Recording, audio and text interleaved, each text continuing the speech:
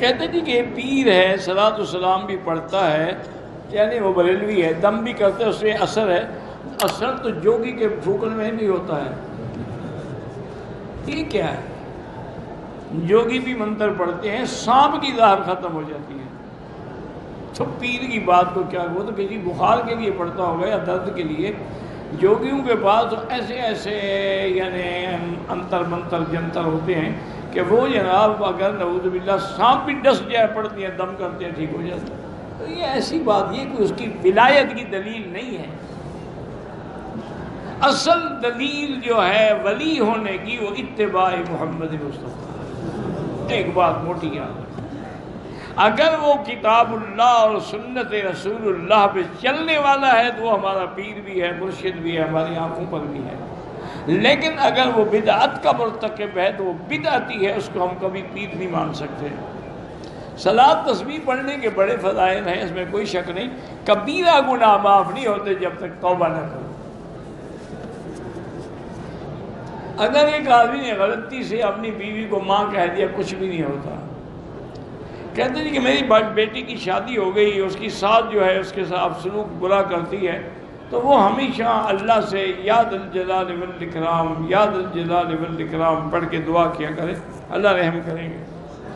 ایک شخص کے پاس غصب کیا ہوا مال ہے، دوسرے شخص اس سے قرض لے کر تجارت کرتا ہے، کوئی بات نہیں، قرض لیا، اس کا کیا گناہ ہے؟ مال حرام جس کے ساتھ اس کے ساتھ حصے داری نہ کریں تو اچھی بات ہے۔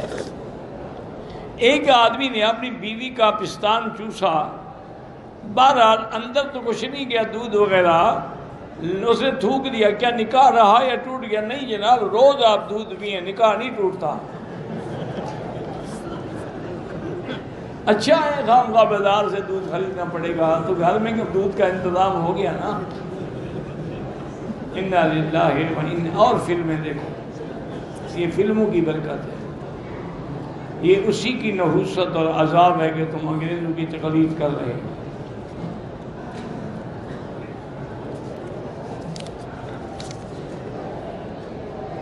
قرآن مجید موبائل میں ہو تو بالکل ثواب ہے پڑھنے کا۔ حجر اسود کا بوسہ بغیر طواف کی بدعت ہے۔ خواب میں عالم دین حضرت مولانا ظفر اقبال صاحب کی زیارت ہوئی، مجھے گلے لگا کے رونا، اچھی بات ہے، رونا تو خیر کی علامت ہے۔ طواف کے دوران میں نے منہ میں نسوار رکھ لی، طواف نہیں ہوا، دوبارہ کروں۔ ایک نوجوان لڑکا ہے، وہ بار بار آئینے میں اپنے آپ کو دیکھتا ہے۔ کب تک دیکھو گے بیٹا؟ جب بوڑھے ہو جاؤ گے پھر کیا کرو گے؟ آئینہ دیکھنے کا جو ہے نا، یہ بھی منع ہے زندگی میں۔ کبھی ایک دن میں ایک دفعہ دیکھ لے، تھوڑا کہ 24 گھنٹے بس آئینہ ہی دیکھتے رہو۔ صفا مروہ طواف یا طواف بغیر وضو کے نہیں ہوتا، صفا مروہ ہو جاتی ہے۔ شیعہ کی گلخانی پہ بھی نہ جائیں، جنازے میں بھی شرکت نہ کریں۔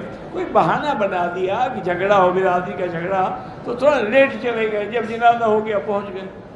گلخانی والے دن بھی جب سب لوگ چاول واول کھا لیں تو اب بعد میں پہنچ گئے، کیونکہ وہ تو ناجائز ہے، وہ تو سنی کی گلخانی بھی ناجائز ہے۔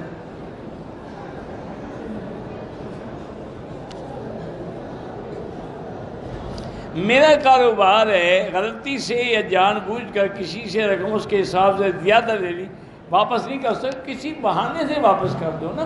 وہ رقم واپس نہ کرو، اتنی قیمت کا کوئی ہدیہ لے کے اس کو دے دو، وہ رقم تو اس کو واپس جانی چاہیے نا۔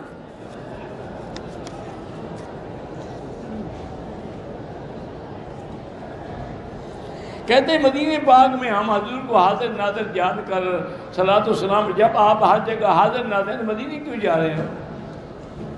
تو صاف ظاہر ہے کہ آپ مدینہ میں حاضر ناظر نہیں ہیں۔ مسجد عائشہ سے عمرہ کریں تو ہو جاتا ہے، ہاں ہو جاتا ہے۔ بہرحال اللہ کے تمام انبیاء زندہ ہیں، اور حضور پاک بھی اپنے مزار مبارک میں زندہ ہیں، اور یہ بھی حضور نے فرمایا ہے کہ جو دور سے درود شریف پڑھے فرشتوں کے ذریعے پہنچایا جاتا ہے، اور جو میرے مواجہ شریف میں آ کے صلاۃ السلام پڑھے میں اس کو سنتا ہوں۔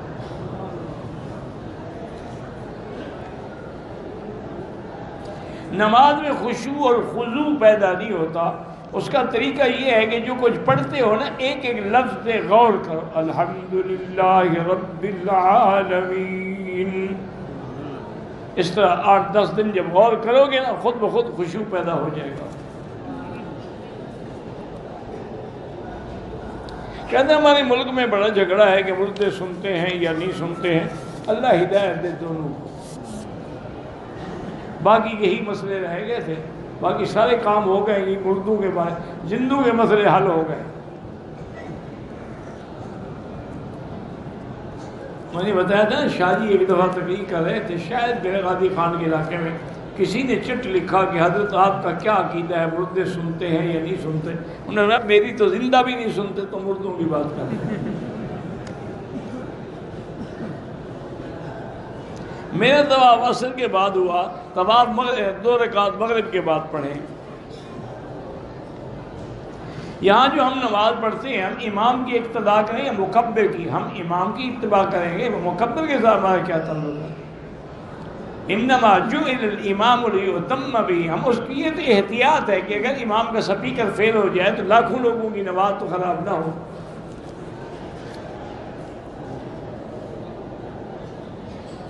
مدرسہ ہم بنا رہے ہیں، اللہ کامیاب فرمائے. احرام کی حالت میں عورتیں ماسک لگا سکتی ہیں. گھر میں نماز کیا کوئی رشتہ دار مرد گھر میں آ جائے جس سے پردہ کرنا ضروری ہو تو نماز میں لگے رہنا ہے، نماز توڑ کے پردہ کرنا نہیں. ہر حال میں آپ نماز پڑھیں اس کے بعد پردہ کریں. اور وہ اچھا آدمی ہے کہ آپ نماز پڑھیں پھر بھی اندر کمرے میں آ گیا ہے، اچھا مہمان ہے بھائی. نماز جنازہ کے بعد جو دعا ہے وہ بدعت ہے. حضور پاک نے 4 عمرے فرمائے ہیں اور 1 حج فرمایا ہے.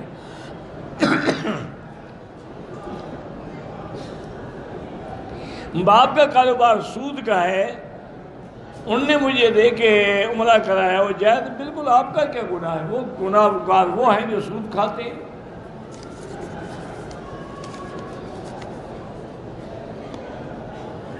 کوئی آدمی اپنی زندہ بیوی کی طرف سے عمرہ کر سکتا ہے. خوشامد کرنے کے اور بھی کئی طریقے ہیں، عمرہ ضروری تو نہیں.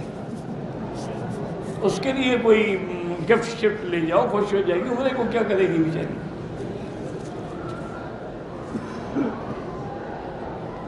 دعا کریں کہ اللہ میری اولاد سے بھی یہ دین کا کام لے لے. مسجد عمرہ سے عمرہ کر سکتے ہیں. حجر اسود چومنا فرض ہے، فرض نہیں ہے، سنت ہے.